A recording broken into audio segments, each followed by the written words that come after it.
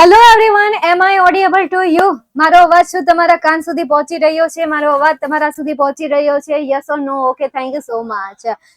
Hello everyone, કેમ છો મારા વહાલા બબર શેર અને બબર શેરનીઓ? મજામાં ને? આપ સર્વનું આજના સેશનમાં હાર્દિક સ્વાગત કરવામાં આવે છે. Welcome today's live session. My dear student, સુરતમાં ધોધમાર વરસાદ છે અને એ ધોધમાર વરસાદના કારણે ઘણી બધી શાળાઓમાં રજા રાખવામાં આવી છે કાલના દિવસે. કોલેજોમાં ઓલમોસ્ટ કોલેજ જેટલી પણ કોલેજો છે મોટા ભાગની કોલેજમાં તો રજા છે જ. ઘણા બધા રસ્તાઓ પણ બ્લોક થઈ ગયા છે. સુરતની હું સિચ્યુએશન તમને કહું છું, તમે સમાચાર સાંભળતા હોય કે ન સાંભળતા હોય, મને સાંભળી લો. હું તમને સમાચાર તમારા સુધી પહોંચાડી રહી છું. ગુજરાત રાજ્યનું સુરત શહેર, કે જે સુરત શહેરમાં ઠેર ઠેર પાણી ભરાયા છે અને એ પાણી ભરાવાના રીઝનથી ઘણી બધી શાળાઓમાં અને ઘણી બધી કોલેજોમાં રજા જાહેર કરાઈ છે. ચાલો, તો ન્યૂઝ પૂરા થઈ ગયા. હવે આપણે લેક્ચરની શરૂઆત કરીએ. ચાલો તો શરૂઆત કરીએ. આજના સેશનમાં આપણે તમારી જે પોયમ 2 છે કે જેનું નામ છે the useful plough. Useful plough એટલે કે ઉપયોગી હળ. પ્લાવ એટલે શું થશે? હળ થશે. ઓકે, પેન ગોતી લઉં અને લખી દઉં, નહીં તો પાછું સમજાશે નહીં, યાદ નહીં રહે. એટલા માટે બધાને બ્લેક સ્ક્રીન આવે છે? હલો, બધાને બ્લેક સ્ક્રીન આવે છે? બહુ કરી કોણ ટેકનિકલ સર? બ્લેક સ્ક્રીન આવે છે. રિફ્રેશ કર. ઈ ઓલા વિનયને કોલ કરવો પડે છે. ઈ એક જ કરી શકે છે. હમણાં એનો આવશે જ તેમ.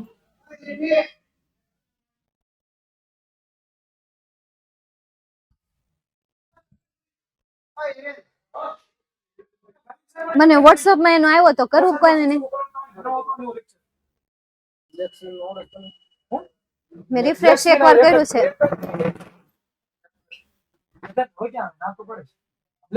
વિદ્યાર્થી મિત્રો હા કે ના? ઓકે છે બધાને? ના ના ને હા ને. એક કામ કર, તમારા ફોન માં ચેક કરી લ્યો ને. તો તેમ તો વિનય સર ના કોલ આવી ગયો હોય, એ કોલ કરી દે છે. ઓકે છે. હા ઓકે, ચાલ. તમારે પણ અવાજ ધીમો કરવો પડશે એમાં. ચાલ તો શરૂ કરીએ. માય ડિયર સ્ટુડન્ટ, તમારું ધોરણ 9. કેટલા ક્લિયર કેટલા હોય કાંઈ ઇશ્યુ નથી. રોંગ છે ન ભણવાના બધા. એક કામ કરીએ, કમેન્ટ બંધ કરી દઈએ. આજે કમેન્ટ જોઈ જ નથી. હવે એને કયો ડિલીટ કરતો જાવ, ઉડાડતો જાવ, ઓલ એડમિશન કેન્સલ કરતો જાવ. હાલો, ખાલી ખોટી મસ્તી નહીં. એક દિવસ સિરિયસલી બ્લેક સ્ક્રીન આવતી હશે ને હું ત્યારે વિશ્વાસ નહીં કરું ને, ત્યારે લેવાના દેવા થઈ જશે. રેકોર્ડેડ વિડીયો જોવા પડશે. લાઈવ સેશન નહીં તમારે અટેન્ડ નહીં થાય. તમારે જ નુકસાન છે. ખાલી ખોટી ઓલી જે કહાની છે ને, કહાનીને સાચી સાબિત નહીં કરતા. એક બ્લેક સ્ક્રીન કીધું તો બધાએ સાથે સાથે ચાલુ કર્યું. ખાલી ખોટો તમે તમારો સમય બગાડો છો, મારો સમય પણ બગડે છે અને બાકીના વિદ્યાર્થીઓનો સમય બગડે છે. ચૂપચાપ જો કઈ પણ બ્લર કે એવું કઈ આવતું હોય ને તો એક વ્યક્તિ મેસેજ કરે, ને એની જરૂર નથી. ટેકનિકલ ટીમ હવે આવી ગઈ છે, એ જોઈ લેશે. હશે ને તો એ મને જાણ કરી દેશે. ઠીક છે, ચાલો તો શરૂઆત કરીએ સમય બગાડ્યા વગર. Poem 2 the useful plough. Useful એટલે કે ઉપયોગી અને પ્લાવ એટલે શું થશે? હળ થશે. તમારી બીજી કવિતા છે અને બહુ મસ્ત છે કે જેમાં ગામડાનું આખું વર્ણન કરેલું છે, ગ્રામ્ય જીવન વિશેની વાત કરેલી છે. અત્યારે તો આપણું જીવન એક સરસ મજાના ડિજિટલ ફોનમાં આવી ગયું છે, એમાં આપણે ગુજવાઈ ગયા છે. તો એની જ વચ્ચે અહીંયા એક મજેદાર પોયમ મૂકેલી છે કે જે પોયમમાં આખા ગ્રામ્ય જીવન વિશેની વાત કરેલી છે. અને કવિતાનું જાદુ જ કંઈક આવું છે. કોઈ પણ કવિતા તમે ઉપાડી લો, નાની હોય, મોટી હોય, 15 લાઈનની હોય, 10 લાઈનની હોય, 5 લાઈનની હોય, ઇવન 2 લાઈનની જે ઓલી આપણે એમ કહેતા હોય ને કે ભાઈ કોઈ કહેવત બોલો અથવા તો કોઈ કોઈટ બોલો અથવા તો કોઈ શાયરી બોલો, તો એ 2 લાઈનની શાયરીમાં પણ ઘણી બધી વસ્તુઓ ઓલા જૂનું ખબર જોઈની તમે બહુ સમય પહેલા સાંભળી હશે, ઓલમોસ્ટ બધાએ સાંભળેલી હશે. અને એ કંઈક આવી છે, અગર આપ કિસી ચીज को पूरी शिद्दत से चाहो तो पूरी कायनात उसे आपसे मिलाने में लग जाती है.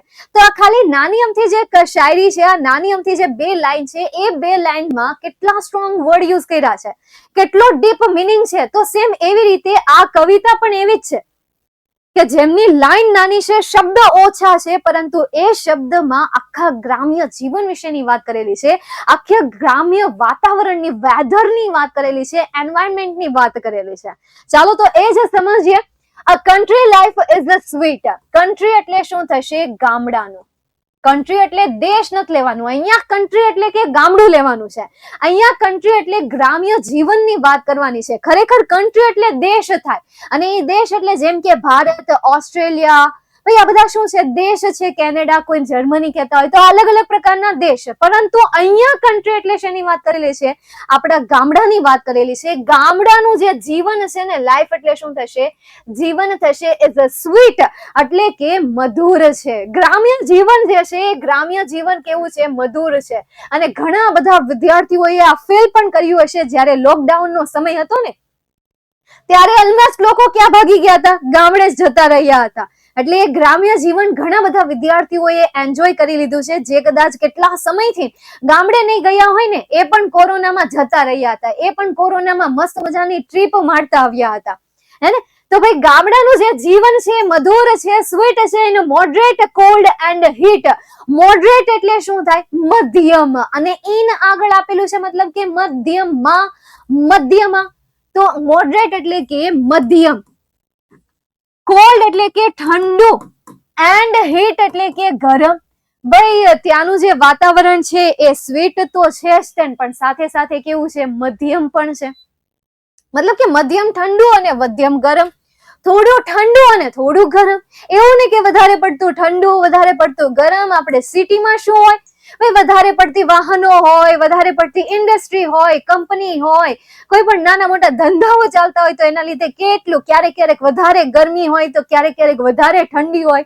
પણ ગ્રામ્ય વિસ્તારમાં ભાઈ મધ્યમ સ્તરનું ઠંડુ હોય, મધ્યમ એવું ગરમ, અને મધુર એવું એ વાતાવરણ. Two walk in the air, how pleasant and fair. Two walk એટલે કે ચાલવું, ઇન એર એટલે શું થશે? હવા. ભાઈ હવામાં ચાલવું. એર મતલબ કે હવામાં તમારે નથી ચાલવાનું. આપણે એટલા બધા પણ જાદુઈ નથી કે આપણે હવામાં ચાલી શકીએ. હા, પહેલાના લોકો પાસે એ શક્તિ હતી, કારણ કે પહેલાના લોકો અંતરાત્માને ઓળખતા હતા, અંતર મનને જાણતા હતા, એને અંતર આત્માની પૂરેપૂરી જાણકારી હતી, એનું નોલેજ હતું. એટલા માટે એ હવામાં પણ ચાલી શકતા હતા, એવા પરાક્રમો કરી શકતા હતા, પોતાની અંદરની ઉર્જાને બહાર કાઢી શકતા હતા. હવે આપણે કરી શકતા નથી, કારણ કે આપણું મન શાંત રહેતો જ નથી. ઇવન સુતા હોઈએ તો પણ આપણને વિચારો આવતા રહેતા હોય છે. એટલે આપણી આંતરિક જે ક્ષમતા છે, આપણું જે અંતર મન છે, કેવું થઈ ગયું છે? વધારે ઓલું થઈ ગયું છે. સમજાય છે? ચાલો બસ. હવે અહીંયા કમેન્ટ નહીં કરો ખાલી ખોટી. હું કેમ કમેન્ટ કરો છો? ચૂપચાપ અહીંયા ધ્યાન આપો તો દોઢ ડાયા થતા. એક વધારાની કમેન્ટ નથી કરવાની. બોલો ને, કોને કાઢો? લખણ ખોટા. હાલો આને કાઢી નાખો.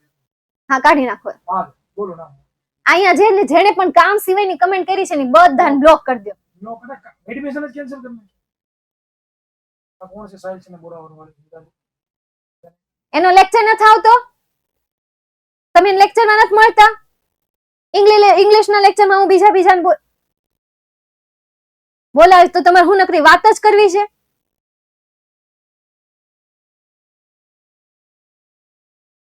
ચાલો નેક્સ્ટ, હાઉ પ્લેઝન્ટ એટલે કે કેટલું આનંદદાયક. પ્લેઝન્ટ એટલે શું થશે? આનંદદાયક થશે. એન્ડ ફેર એટલે કે કેટલું યોગ્ય. એમ ફેર એટલે શું થશે? યોગ્ય થશે. તો કેટલું યોગ્ય અને કેટલું આનંદદાયક એ હવામાં ચાલવું. ઇન એવરી ફિલ્ડ ઓફ વીટ એટલે કે ઘઉંના દરેકે દરેક ખેતરોમાં. ફિલ્ડ એટલે શું થશે? ખેતર થશે, ક્ષેત્ર થશે. ભાઈ ઘઉંના જેટલા પણ ખેતર છે, ઘઉંના જેટલા પણ ક્ષેત્ર છે, એ બધા ક્ષેત્રમાં, ઈ હવામાં, ઈ આનંદદાયક વાતાવરણમાં, ઈ યોગ્ય જગ્યાઓ પર ચાલવું કેટલું આનંદદાયક છે. The fairest of flowers adoring the bowers and every meadows brew. મતલબ શું કહે છે? The fairest of flower. Forest of flower એટલે કે ફૂલોની યોગ્યતા. ફ્લાવર્સ એટલે કે ફૂલો. ફૂલોની યોગ્યતા. એડોરિંગ એટલે કે શણગાર કરે છે. ધ બોવર્સ એટલે કે કુંજોનું. કુંજો હોય ને. હવે કુંજ તમે મતલબ સમજો કે કુંજ એક પ્રકારની ડાળી. તો એ ડાળીઓમાં ફૂલો દ્વારા શણગાર થાય છે. નહીં તો એ ડાળી હોય તો કેવી લાગે? ધોયેલા મૂળા જેવી. તો ભાઈ કહે છે કે ભાઈ દરેક કુંજનો એ દરેક જે ડાળી છે એ ડાળીનો ફૂલો દ્વારા શણગાર થયેલો છે, કુંજ દ્વારા શણગાર થયેલો છે. એવરી મીડોઝ બો, અને દરેક ઘાસની જે ભમરો છે, દરેક ઘાસની જે ભમરો છે, ભમર એટલે શું થાય? લલાટ થાય. જેવી રીતે આપણું કપાળ, એવી રીતે જ્યારે આમ ઘાસ હોય ને તો એ ઘાસ તમે જોજો નીચેથી કરતા અહીંયા ઉપરનો જે ભાગ હોય ને એ કેવો હોય? કોમળ હોય, મસ્ત હોય, કોમળ એકદમ નાજુક એવો હોય. એ જે હિસ્સો હોય ને એ હિસ્સો બહુ મસ્ત લાગે દેખાવમાં, પણ એ હિસ્સો જે હોય એ પાર્ટ જે હોય એ કેવો લાગે? મસ્ત લાગે. એટલે એવું કહે છે કે ભાઈ ઘાસની જે ઉપરની ભમર છે એ ભમર અને ડાળીઓનો શણગાર ફૂલો દ્વારા થયો છે. ડાળીઓનો શણગાર ફૂલો દ્વારા જ થાય, અને ઝાડ હોય ફૂલ વગરનું હોય જ નહીં. કોઈ ફળે ફૂલ વગર ન થાય. પહેલા ફૂલ અને પછી બીજ, પછી એમાંથી ફળ ફ્રૂટ જે પણ હોય એ. So that I say no courtier may compare with them who clothe in a grey. So that, તેથી, I say એટલે કે હું કહું છું. અને આમાં I say એટલે કોની વાત થાય છે? કવિની વાત થાય છે. જી હા, જ્યારે કોઈ કવિતા કોઈ મેલ દ્વારા લખાઈ હોય તો ત્યારે તેને પોએટ કહેવામાં આવે છે. ઇન શોર્ટ કવિ કહેવામાં આવે છે. અને જ્યારે કોઈ કવિતા ફિમેલ દ્વારા લખાઈ હોય ત્યારે તેને પોએટેસ કહેવામાં આવે છે. અને એ પોએટેસ એટલે શું થશે? કવયિત્રી થશે. બરાબર, આપણે અહીંયા લખીએ કવયિત્રી. લેખક હોય, સોરી, હા, કવિ એટલે મેલ અને કવયિત્રી એટલે ફિમેલ. કોઈ મહિલાએ લખેલી હોય તો આપણે ત્યાં યુઝ કરશું કવયિત્રી, અને કોઈ પુરુષે લખેલી હોય તો ત્યાં આપણે યુઝ કરશું કવિ. સેમ એવી રીતે પાઠમાં આવે. પાઠ કોઈએ લખ્યો હોય, હવે ઈ પાછું કોઈ પુરુષ હોય તો એના માટે શું આવે? ઓથર આવે. અને કોઈ સ્ત્રીએ લખી હોય તો એના માટે શું આવે? ઓથરેસ આવે. સિમ્પલ, સો સ્વીટ, એકદમ હેલું. બસ આ ધીરે ધીરે યાદ રાખતા જવું પડે. આપણે હંમેશા રોતા રહેતા હોય, મને આ નથી આવડતું, મને ફલાણું નથી આવડતું, મને પૂછડું નથી આવડતું, મને ઢીકણું નથી આવડતું. જોતું રહેવું પડે, શીખતું રહેવું પડે. ધીરે ધીરે એક શબ્દ શીખતા રહેવા પડે. આપણે નાના હતા ત્યાં ખબર આપણને એકડો પેલા શીખવાડ્યો હતો કે એક હારે 1 થી 10 એકડા આપી દીધા હતા. જ્યારે આપણે પહેલી વખત આંગણવાડીમાં ગયા હતા, ત્યારબાદ સિનિયર આપણે જુનિયર કર્યું, સિનિયર કર્યું, તો શું આપણે સીધા 1 થી 10 એકડા આપી દીધા હતા? કઈ રીતે કરતા હતા?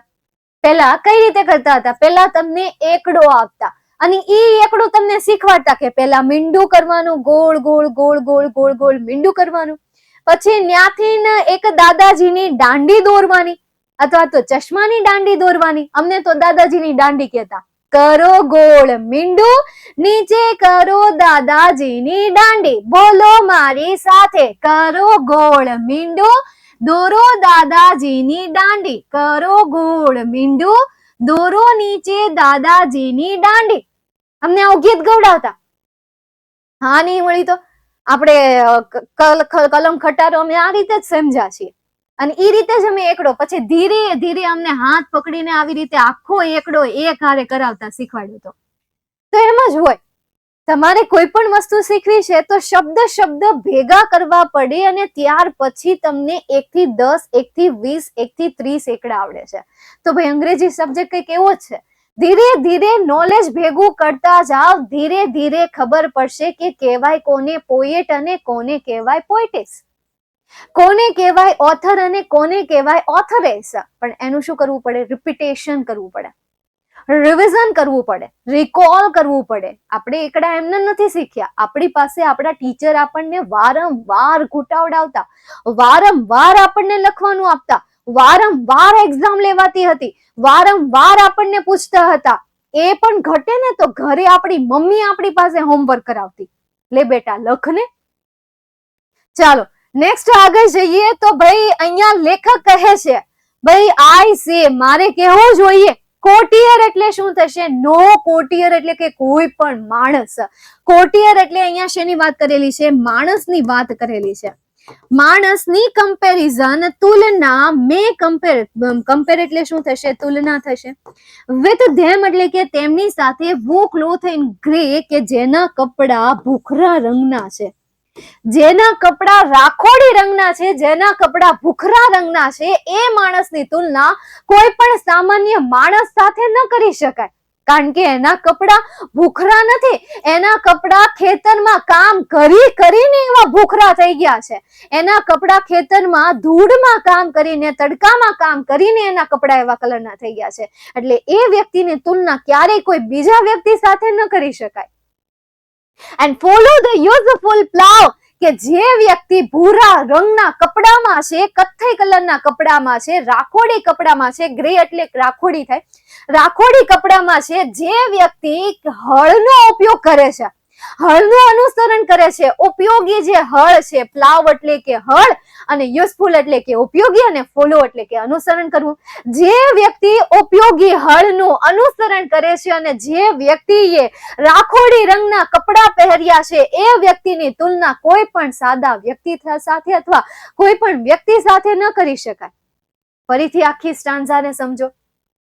A country life is a sweet.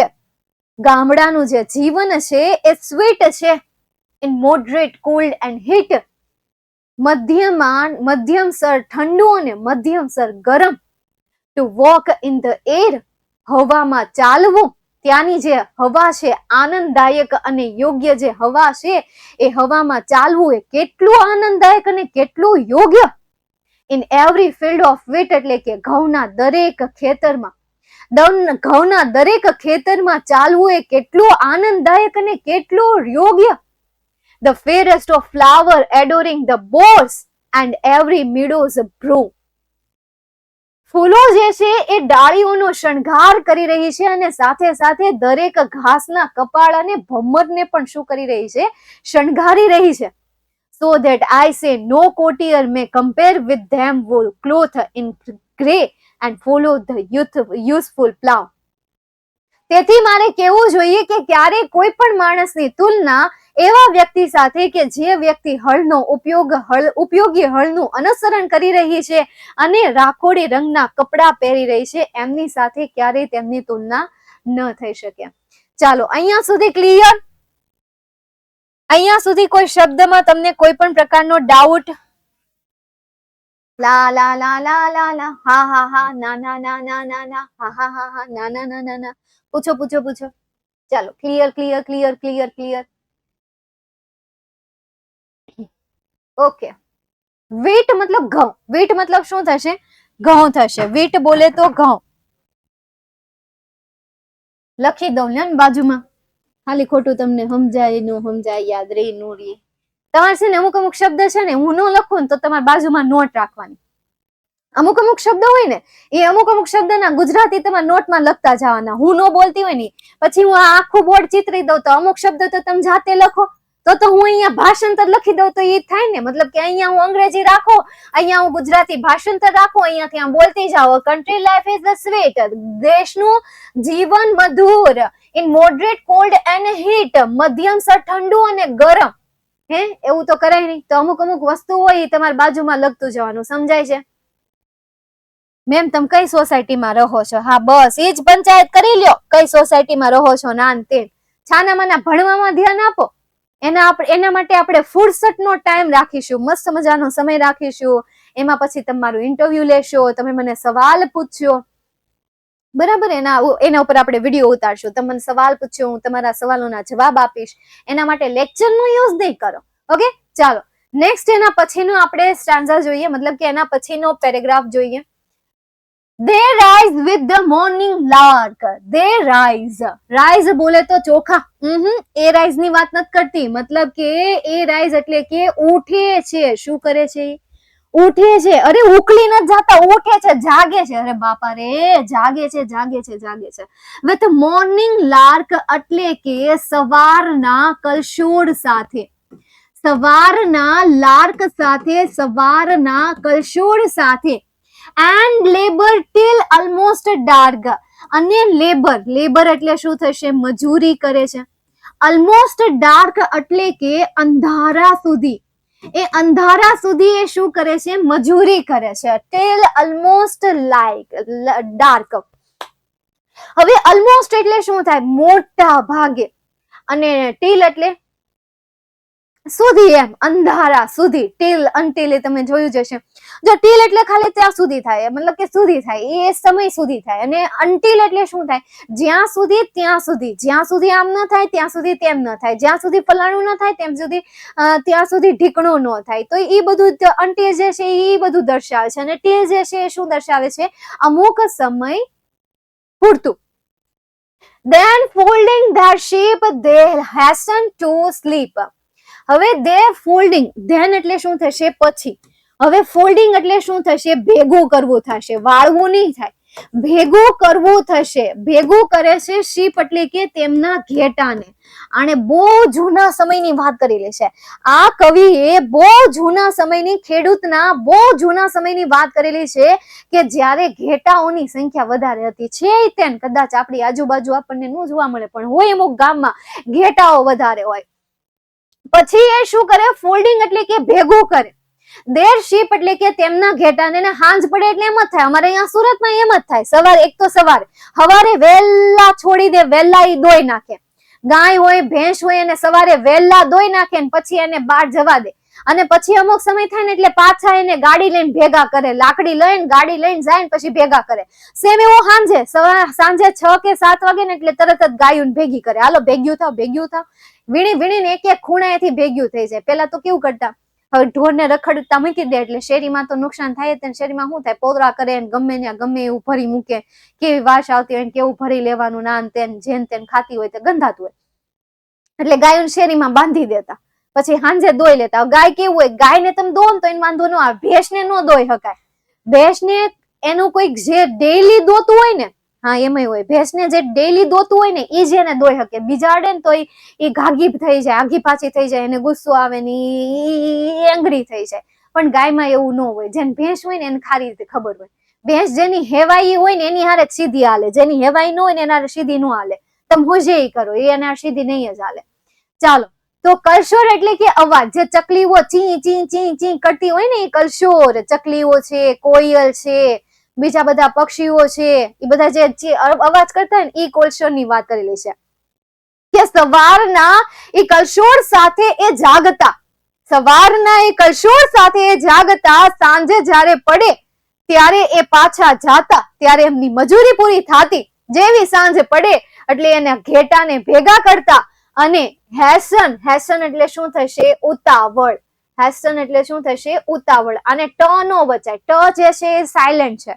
હેસન ભાઈ, એ ઉતાવળમાં ને ઉતાવળમાં સ્લીપ એટલે કે સુઈ જતા. પેલાનું જીવન એવું જ હતું. પેલાનું જીવન કેવું હતું? ઉતાવળમાં એ સુઈ જતા હતા. ભાઈ આવું જ હતું પેલા કેટલા 6 વાગે 6:30 વાગે ત્યાં જમી લેતા, 8 વાગે ત્યાં ખાટલો પડી જાય, 8 વાગે ત્યાં તો એ સુઈ જતા. અને પેલા અંજવાળું પડતું, 7 વાગ્યા સુધી, 7:30 વાગ્યા સુધી અંજવાળું આમ લાંબા સમય સુધી રહેતું. હવે નથી રહેતું. હવે 7 વાગે ને ત્યાં તો કેવું કાળું અંધારું થઈ ગયું હોય.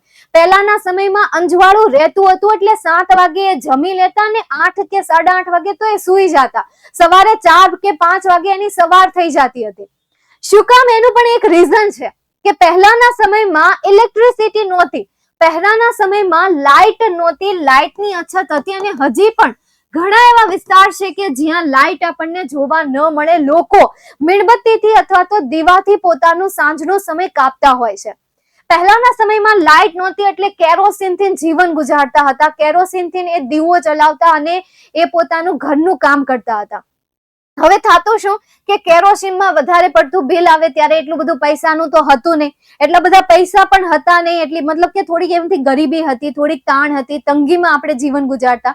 ગામડાના લોકો ઓલમોસ્ટ યાર ગરીબીમાં જ રહેતા. ગામડામાં જે વ્યક્તિ રહેતું એ હંમેશા ગરીબી, આમ ગરીબી પણ આમ નહીં, આમ ગરીબી પણ આમ નહીં, આમ દિલદાર. કારણ કે દૂધ, છાશ એ મતલબ કે આમ કેટલું આપણને પીવા મળતું. અને અત્યારે દૂધના કેટલા ભાવ થઈ ગયા છે. ત્યારે મફતના ભાવે બાજુનું ઘર લેવા જાવ તો તમને દૂધ આપી દેતા, છાશ આપી દેતા. હજી ઘણા બધા ગામડાઓમાં છાશ આપે છે, વધે તો છાશ આપી દે એમ. તો એ લાઇટના કારણે કેરોસીનનો ખર્ચો વધી જતો અને એના કારણે શું કરતા? વહેલા જમી લેતા, અંજવાળામાં જમી લેતા, પછી અંધારાના સમયે એ સુઈ જતા. સવારે 4 કે 5 વાગે ત્યાં અંજવાળું થઈ જાય એટલે પાછું ત્યારે કામ શરૂ કરી દેતા. એટલે એ સમય ત્યારે હતો.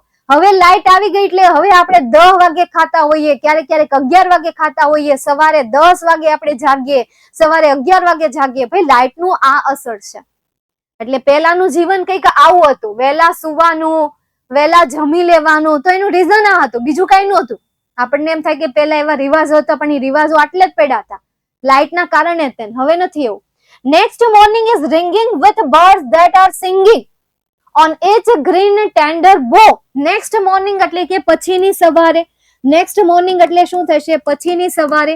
પછીની સવારે રિંગિંગ એટલે કે વાગતું, વિથ બર્ડ્સ એટલે કે પક્ષીઓના અવાજ વાગતા, ધેટ આર સિંગિંગ કે જે શું કહી રહ્યા હોય? ગાઈ રહ્યા હોય. કે જે ગાઈ રહ્યા હોય એ અવાજથી એમનું વાગતું, મતલબ કે એમની સવાર પડતી. પછીની જે સવાર છે એ સવાર પક્ષીઓના અવાજથી, પક્ષીઓના ગીતથી વાગતી હતી. On each green tender bough with what content and merriment. On each green એટલે કે દરેક પ્રકારનું લીલોતરી. ગ્રીન એટલે શું થશે? લીલોતરી થશે. ટેન્ડર બો એટલે કે કોમળ ડાળી. ટેન્ડર બો એટલે શું થશે? કોમળ ડાળી ઉપર. કોમળ ડાળી ઉપર અને લીલોતરી ઉપર દરેક પક્ષીઓ કે જે ગીત ગાઈ રહ્યા હોય તેનાથી સવાર પડતી હતી. વિથ વોટ કન્ટેન્ટ એન્ડ મેરીમેન્ટ, કેટલું સંતોષી અને કેટલું આરામદાયક. મેરીમેન્ટ એટલે શું થશે? આરામદાયક, આનંદદાયક, આરામદાયક. કેટલું સંતોષી અને કેટલું આરામદાયક. અત્યારે ફોનના અલાર્મથી આપણી સવાર પડે છે, ત્યારે ચકલીઓના અવાજથી, પક્ષીઓના કલશોળથી સવાર પડતી હતી.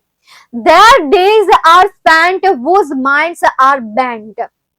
Their days એટલે કે તેમના દિવસો, are spent એટલે કે પસાર થઈ ગયા, તેમના દિવસો પસાર થઈ ગયા. whose mind કે જેના મન, are bent એટલે કે વળેલા છે, જેના મન વળેલા છે. ટુ ફોલો એટલે કે અનુસરણ કરવામાં. શું કરવામાં? અનુસરણ કરવામાં. ધ યુઝફુલ પ્લાવ એટલે કે ઉપયોગી હળનું. કેવું હળ? ઉપયોગી હળ.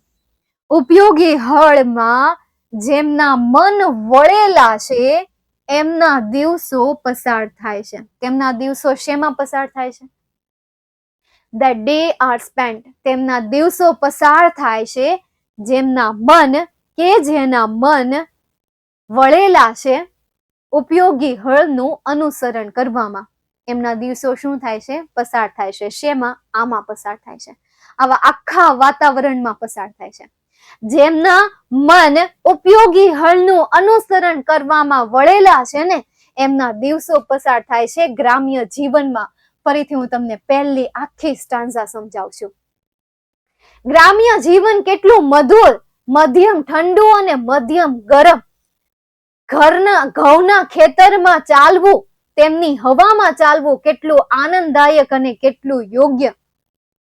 ફૂલો દ્વારા દરેક જે કુંજ છે, દરેક જે લતાઓ છે એ લતાઓનો શું થાય છે? શણગાર થાય છે. દરેક ઘાસની જે ભમર છે એ ભમર અને દરેક કુંજ ડાળીઓ જે છે એ ડાળીઓનો ફૂલોથી શણગાર થાય છે. તેથી મારે કહેવું છે કે કોઈ પણ સામાન્ય માણસની તુલના આ માણસ કે જેમના મન ઉપયોગી હળમાં વળેલા છે અને તે ભૂખરા રંગના એટલે કે રાખોડી રંગના કપડા પહેરે છે એમની સાથે તો ક્યારેય ન થાય.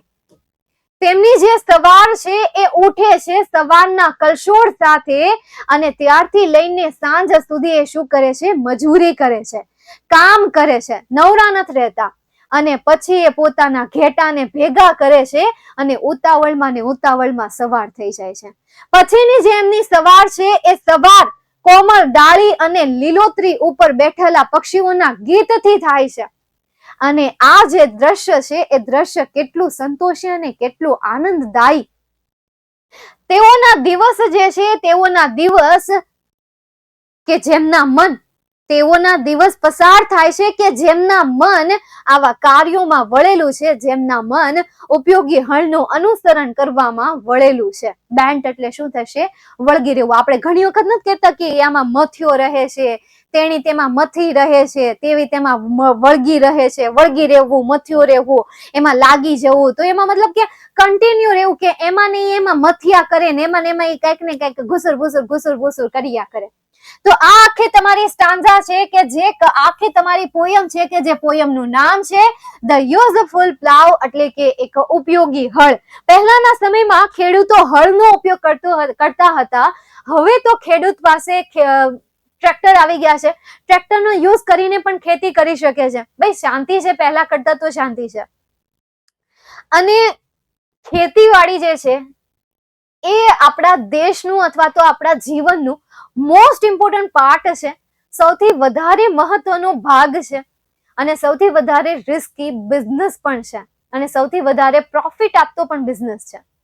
બરાબર ને? સૌથી વધારે પ્રોફિટ આપતો પણ બિઝનેસ એ છે અને સૌથી વધારે રિસ્ક પણ એમાં છે. એટલે ગ્રામ્ય જીવન જે છે એ ગ્રામ્ય જીવન કંઈક આવું જ છે.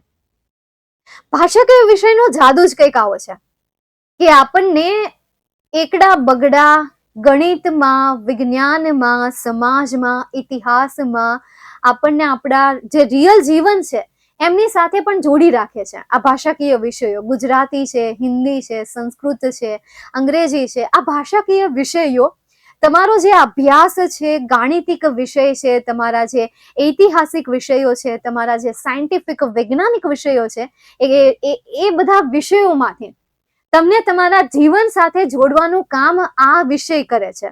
આ ભાષાકીય વિષય કરે છે, કે જે તમને ગામડાના જીવન વિશેનું મહત્વ સમજાવે છે, કે જે તમને શહેરના જીવન વિશેનું મહત્વ સમજાવે છે, કે જે તમને આપણા માતા પિતાનું શું મહત્વ છે એમના વિશે સમજાવે છે, જે તમને તમારી જ મહેનત વિશેનું મહત્વ સમજાવે છે, જે તમને મોટિવેટ કરે છે, જે તમને ગાઈડ કરે છે, જે તમને ઇન્સ્પાયર્ડ કરે છે, જે તમને પ્રેરિત કરે છે.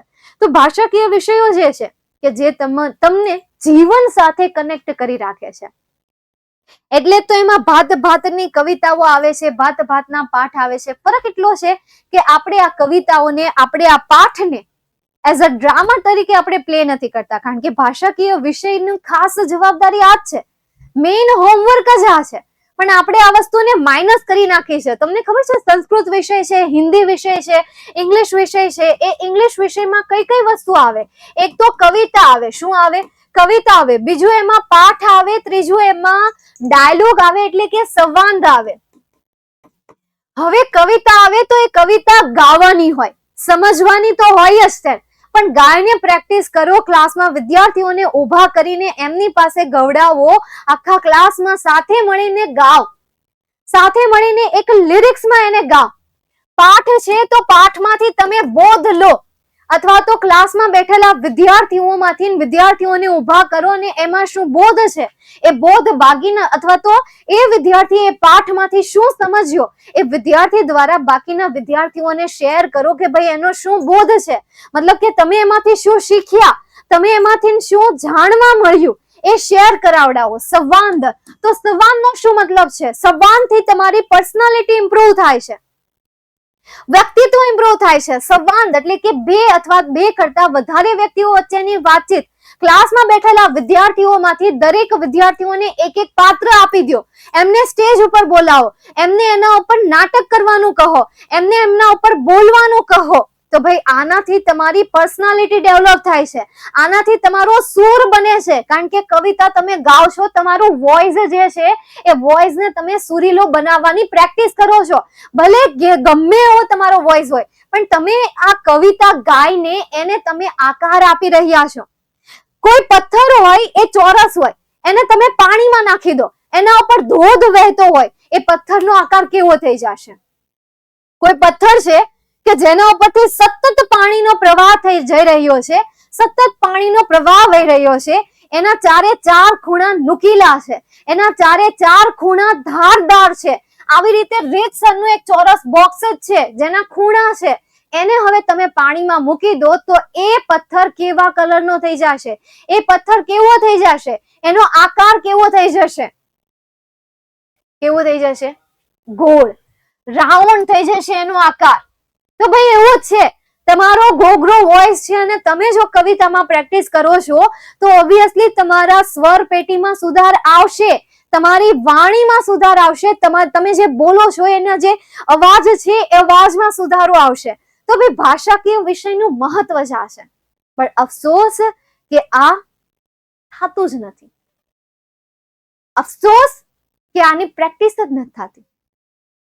જો આ થતું હોત તો વિદ્યાર્થીની પર્સનાલિટી, એમનો અવાજ, એમનો સૂર, એમનો આત્મવિશ્વાસ ડેફિનેટલી હાઈ હોત. એ આત્મવિશ્વાસ જો હાઈ હોત ને તો એનું ગણિત, એનું વિજ્ઞાન, એનું સમાજ, આ ત્રણેય વિષય ઓટોમેટિક સારા થઈ જાય. કારણ કે કોઈ પણ વ્યક્તિમાં એક સ્કિલ સારી હોય ને એટલે એ વ્યક્તિમાં ભરપૂર આત્મવિશ્વાસ હોય. જ્યારે કોઈ એક વ્યક્તિ એક સ્કિલમાં તાકતવર હોય ને ત્યારે એનામાં વિશ્વાસ હોય. તમને ખબર છે સૌથી વધારે ઘમંડી અને આત્મવિશ્વાસ વાળી વ્યક્તિ કઈ છે? જેની પાસે તાકાત છે. જેની પાસે તાકાત છે ને એની પાસે વિશ્વાસ છે. જે વ્યક્તિ નબળું છે તો એની પાસે કોઈ સ્કિલ છે જ નહીં, અથવા તો ઓળખી નથી શકતા. હા, રાવણ, રામ, કૃષ્ણ, બલરામ, આ બધાને પોતાના ઉપર વિશ્વાસ હતો. કેમ? કારણ કે એની પાસે તાકાત હતી. તાકાત હોય ને તો બધા યુદ્ધ લડી શકાય છે. તાકાત ન હોય ને તો બધા યુદ્ધ હારી પણ શકાય છે. ચાલો નેક્સ્ટ હવે આપણે આગળ જઈએ. તમને સ્ટાન્ઝા બેઝ કેટલાક ક્વેશ્ચન પણ પૂછાય છે, એમને સોલ્વ કરીએ. પહેલો question, write the rhyming words in the stanza. સ્ટાન્ઝામાં આપેલા રાઇમિંગ વર્ડ્સ લખો. હવે તમને અહીંયા વર્ડ્સ કીધું હોય ને તો મિનિમમ તમારે ઓછામાં ઓછા 2 તો લખવાના જ. કેટલા લખવાના? 2 તો લખવાના જ, કારણ કે 2 તો આપેલા જ હશે એટલે 2 તો લખવાના. ચલો પહેલું કયું છે? સ્વીટ અને હીટ. ચલો સેકન્ડ એના પછી હા વીટ પણ આવે. જો સ્વીટ, હીટ અને વીટ, કારણ કે ત્રણેયમાં ઈટ લાગે છે. પાછળ શું લાગે છે? ઈટ લાગે છે. મતલબ કે જ્યાં જ્યાં ઈટ પાછળનો જે શબ્દ છે એ શબ્દનું પ્રોનાઉન્સિએશન સેમ થતું હોય ને ત્યારે તમારે એને શું કહેવાનું છે? રાઇમિંગ વર્ડ કહેવાનું છે. ત્યારબાદ બીજું શું છે? અહીંયા લો, ફ્લાવર્સ અને બોવર્સ. ફ્લાવર્સ અને બોવર્સ. બોવર્સ રસ, બોવર્સ વર્સ. બરાબર? ચાલો નેક્સ્ટ એના પછી second, what does the poet say about country life. ભાઈ કન્ટ્રીના જીવન વિશે પોએટે શું કહ્યું? આમાંથી જ આપણે સવાલ બનાવીએ. ધ પોએટ પહેલું આવશે. અહીંયા તમને ડઝ આપ્યું છે તો અહીંયા સેઝ થઈ જશે તો આ બીજું આવશે. The poet says that. The poet says that.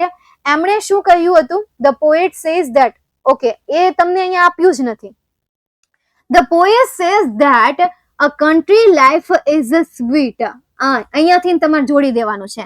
આ પહેલું, આ બીજું, ધેટ ત્રીજું, અ કન્ટ્રી લાઈફ ઇઝ સ્વીટ આ ચોથું, આ થર્ડ ઉપર અને આ ફોર્થ ઉપર. તો આખું સેન્ટેન્સ શું બન્યું? વાંચો તો જરાક. આખું સેન્ટેન્સ શું બન્યું? કે the poet says that a country life is sweet. કન્ટ્રીનું જે જીવન છે એ કેવું છે? મધુર છે. Third, what does the poet say about the weather in a country? What does the poet say about the weather in the country? હવે કન્ટ્રીમાં એને વેધર વિશે શું કહ્યું છે? તો જો ભાઈ આ કોલ્ડ અને હીટ આ વેધરની જ વાત છે ને. કોલ્ડ હતું, ઠંડુ હતું અને ગરમ હતું. તો આમાં પણ સેમ આવશે. ધ પોએટ ફર્સ્ટ પર આવશે. સેઝ અહીંયા એસ લાગશે તો આ સેઝ સેકન્ડ કહેવાશે. ધ પોએટ સેઝ વાક્યને જોડવા માટે ધેટ અહીંયા અબાઉટ નીકળી જશે. ધેટ ધ વેધર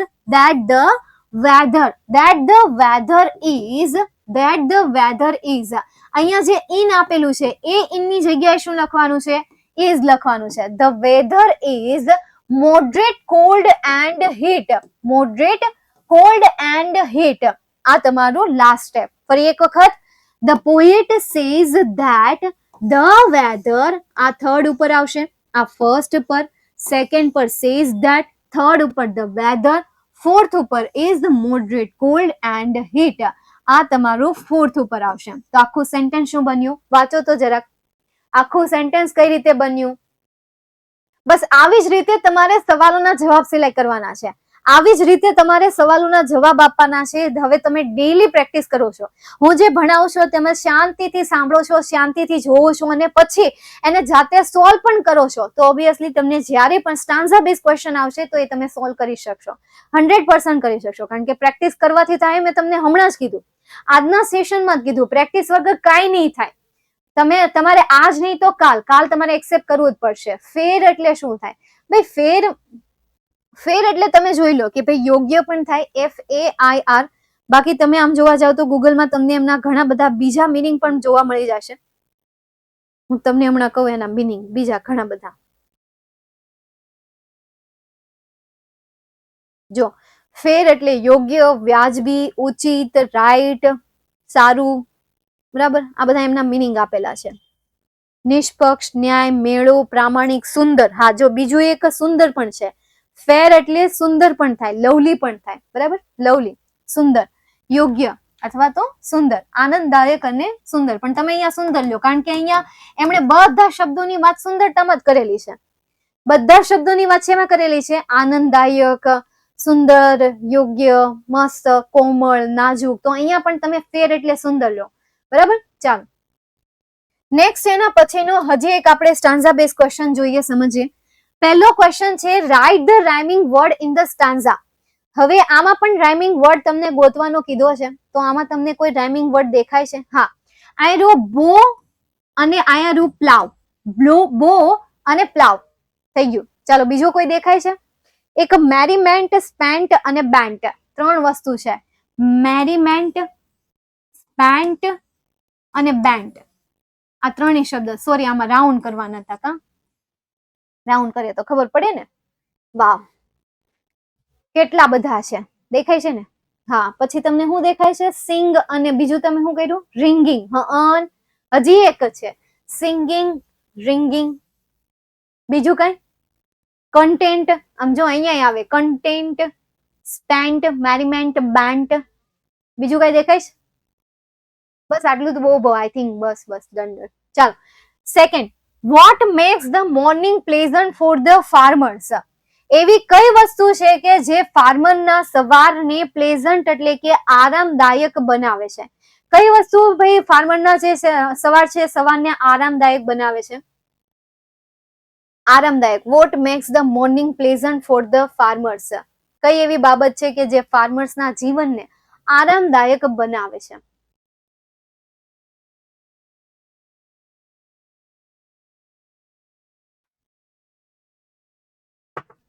બોલો. કન્ટેન્ટમેન્ટ અને મેરીમેન્ટ. પણ તો વિથ કન્ટેન્ટમેન્ટ એન્ડ મેરીમેન્ટ મતલબ કે ringing of the birds in the morning, ringing of the birds in the morning makes the morning pleasant for the farmers. આ વસ્તુ ringing with the birds અથવા તો ringing of the birds એટલે કે પક્ષીઓનો અવાજ. પક્ષીઓનો જે અવાજ છે એ અવાજ ખેડૂતોની સવારને આરામદાયક બનાવે છે. ખેડૂતોની સવારને આરામદાયક બનાવે છે. તો આ તમારો આન્સર થશે. નહીં કે આ કન્ટેન્ટમેન્ટ એન્ડ મેરીમેન્ટ. ખરેખર એમ કહ્યું છે વોટ એટલે કે શું, મેક્સ એટલે કે કરે છે, ધ મોર્નિંગ એટલે કે સવાર, પ્લેઝન્ટ એટલે આરામદાયક, ફોર ધ ફાર્મર્સ એટલે કે ખેડૂતો માટે. હવે એવી કઈ બાબતો છે કે જે ખેડૂતો માટે આરામદાયક છે? તો ભાઈ સવારમાં જે પક્ષીઓનો અવાજ છે એ અવાજ એમને કેવો કરે છે? આરામદાયક બનાવે છે. Next, how do the farmer spend there life. Farmer તેઓનું જીવન કઈ રીતે પસાર કરે છે? તો their days are spent by using useful plow. આ તમારે જાતે બનાવવું પડશે, હું બનાવી દઉં. ધ ફાર્મર્સ બહુવચન છે તો સ્પેન્ડ જ આવશે. તો the farmers spend their life by doing નહીં પરંતુ by using useful plow. ભાઈ ઉપયોગી હળનો ઉપયોગ કરીને તેમનો દિવસ જે છે એ દિવસ પસાર થાય છે. એમનો દિવસ કઈ રીતે પસાર થાય છે? ઉપયોગી હળનું અનુસરણ કરીને. તો યુઝિંગની જગ્યાએ તમે ફોલોવિંગ વર્ડ પણ યુઝ કરી શકો છો. શેનો ઉપયોગ કરી શકાય? ફોલોવિંગ વર્ડ્સનો પણ ઉપયોગ કરી શકાય. તો ચાલો ફોલોવિંગ વર્ડનો યુઝ કરીને આખું સેન્ટેન્સ બનાવો કે the farmer spend that life by following useful plough. ચાલો ક્લિયર અહીંયા સુધી? રિંગિંગ એટલે બોલવું થાય. રિંગિંગ એટલે શું થાય? બોલાવવું થાય, બોલવું થાય. રિંગિંગ વાગવું થાય. રિંગના મિનિંગ છે પાછા.